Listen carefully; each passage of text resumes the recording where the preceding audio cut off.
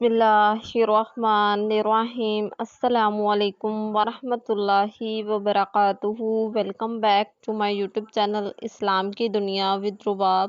جی ناظرین، محرم کی 10ویں تاریخ جس کا نام روز عاشوراء ہے، جس کو یوم عاشوراء بھی کہا جاتا ہے، دنیا کی تاریخ میں یہ بڑا ہی عظمت و فضیلت والا دن ہے۔ یہی وہ دن ہے کہ اس میں حضرت آدم علیہ السلام کی توبہ قبول ہوئی۔ اسی دن حضرت نوح علیہ السلام کی کشتی طوفان میں سلامتی کے ساتھ جودی پہاڑ پر پہنچی۔ اسی دن حضرت ابراہیم علیہ السلام پیدا ہوئے اور اسی دن آپ علیہ السلام کو خلیل اللہ کا لقب ملا، اور اسی دن آپ علیہ السلام نے نمرود کی آگ سے نجات پائی۔ یہی وہ دن ہے کہ جس دن حضرت سلیمان علیہ السلام کو سلطنت ملی۔ یہی وہ 10 محرم کا دن تھا، یعنی یوم عاشوراء کا دن تھا کہ جس دن حضرت ایوب علیہ السلام کی ساری بلائیں ختم ہوئیں۔ یہی وہ دن تھا کہ بنی اسرائیل کے لیے دریا پھٹ گیا اور فرعون لشکر سمیت دریا میں غرق ہو گیا،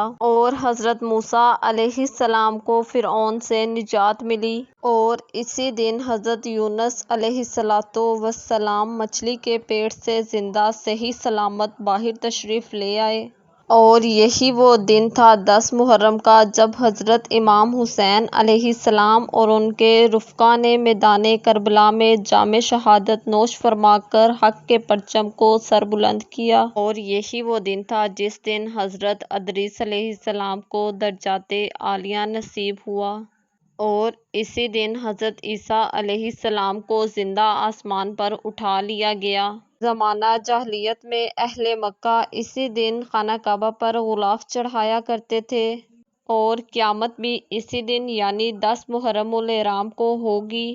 حضرت عبداللہ بن مسعود صحابی رضی اللہ عنہ کہتے ہیں کہ رسول پاک صلی اللہ علیہ وآلہ وسلم نے فرمایا کہ جو شخص عاشوراء کے دن اپنے بال بچوں کے کھانے پینے میں خوب زیادہ فراغی اور کشادگی کرے گا، یعنی زیادہ کھانا تیار کرا کر خوب پیٹ بھر کر کھلائے گا، اللہ تعالیٰ سال بھر تک اس کے رزق میں وسعت اور خیر و برکت عطا فرمائے گا انشاءاللہ۔